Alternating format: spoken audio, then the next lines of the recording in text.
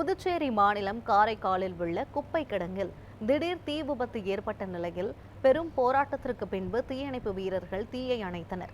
பறவைப்பேட் பகுதியில் உள்ள நகராட்சிக்கு சொந்தமான குப்பை கிடங்கில் நேற்று இரவு திடீரென தீ விபத்து ஏற்பட்டது. இந்த நிலையில் தீ வேகமாக பரவியதால் அப்பகுதி முழுவதும் புகைமூட்டம் சூழ்ந்தது. இதனையடுத்து தகவல் அறிந்து சம்பவ இடத்திற்கு விரைந்து வந்த தீயணைப்பு துறையினர் 3 மணி நேரம் கடுமையாக போராடி மேலும் 3 தீயணைப்பு வாகனங்கள் கொண்டு தீயை கட்டுக்குள் கொண்டு வந்தனர். இதனால் அப்பகுதி மக்கள் பெரிதும் பாதிக்கப்பட்டுள்ளனர். இந்த தீ விபத்துக்கான காரணம் குறித்து போலீசார் விசாரணை நடத்தி வருகின்றனர்.